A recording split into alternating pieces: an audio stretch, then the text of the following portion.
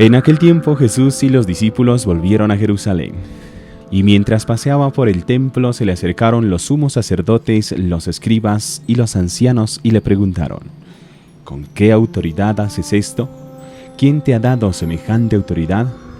Jesús le respondió: Os voy a hacer una pregunta y si me contestáis, os diré con qué autoridad hago esto. ¿El bautismo de Juan era cosa de Dios o de los hombres? Contestadme. Se pusieron a deliberar. Si decimos que es de Dios, dirá: ¿y por qué no le habéis creído? Pero como digamos que es de los hombres, temían a la gente porque todo el mundo estaba convencido de que Juan era un profeta. Y le respondieron a Jesús: No sabemos. Jesús les replicó: Pues tampoco yo os digo con qué autoridad hago esto. En este evangelio nos encontramos con una típica escena que también se da en el mundo actual. Esa típica escena donde Jesús nos muestra que al regresar en este caso a Jerusalén, se encuentra y va hacia el pueblo. En ese pueblo tiene un centro muy especial que se llama el templo de Jerusalén. El templo de Jerusalén era un lugar de encuentro para todo el mundo y en especial para aquellas personas que eran de carácter religioso.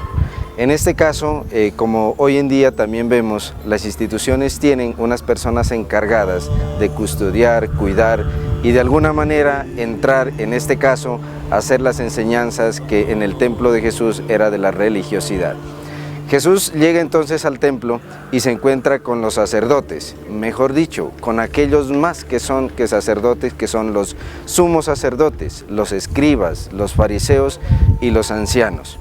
Estos ancianos, al ver que Jesús llega ahí a hablar, a manifestar su vida con sus hechos, el proyecto de Dios, no les queda más que encararlo.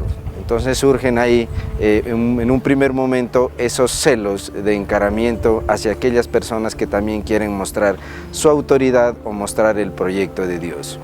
Dentro de ese encaramiento que hacen los ancianos, los fariseos y los sumos sacerdotes, le dicen a Jesús: bueno, y entonces tú ¿por qué vienes aquí? ¿Quién es el que te da la autoridad para eso? Y Jesús, con toda sabiduría, les devuelven una pregunta y ellos se colocan a deliberar sobre eso. Y le dicen: piensen ustedes, entonces, ¿qué opinan? ¿El bautismo que hacía Jesús era de Dios o era de los hombres? Y ahí los sumos sacerdotes, los ancianos, los fariseos, se colocan a deliberar, y en ese deliberar no encuentran una respuesta, por lo siguiente: ven que esa respuesta, si dicen que era de Dios, en este caso, Él les va a decir: bueno, y entonces, ¿por qué no le creyeron?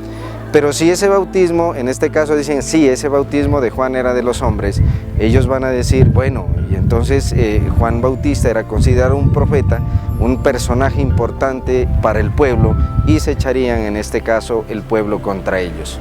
Al ver que no tenía ninguna función, le dicen a Jesús: no sabemos. Y entonces Jesús le dice: pues si ustedes no lo saben, yo tampoco sé de dónde me viene la autoridad. Pero es una autoridad en este caso que en esa escena nos muestra algo fundamental. En primer lugar, ellos no quieren reconocer en la persona de Jesús que tiene autoridad del Padre, y tampoco quieren reconocer que esos hechos que Él hace los manifiesta en su vida con autoridad del proyecto de Dios que se quiere hacer para con los seres humanos. Entonces, dentro de ese encaramiento no le queda más que a Él pedir las credenciales. Son puros celos, en este caso, institucionales, religiosos, de ver quién se quedaría mandando en ese centro religioso y de por sí en todo Jerusalén. En este sentido, podemos darnos cuenta nosotros que tenemos algo importante, y es, primero, dentro de esa situación se muestra a una persona, a Jesús, con su proyecto que nos muestra la misericordia del Padre. Esa misericordia que está formada dentro de una escuela para ver realmente y ayudar a aquellos que sufren. Esos que sufren y todas las personas que ven que Jesús los ayuda son los que entienden en este caso el proyecto de Jesús. Y los que no, ¿sí? Y los que no, en este caso, los formados en una escuela, los ancianos, los sumos sacerdotes, simplemente lo hacen de pura palabra. Hoy en día nosotros vemos también esa situación, que a veces nos volvemos petulantes, engreídos con los títulos y no manifestamos con nuestra propia vida ese proyecto de encuentro con el otro que Dios nos ha encomendado. Siguiendo siguiente aspecto nos muestra también que Jesús, en este caso, nos muestra la misericordia de Dios amorosa del Padre. Y siguiente, nos permite a nosotros encontrarnos con ese Padre que nos lleva a elección. ¿Qué podemos entonces dejar? Podemos dejar los siguientes elementos.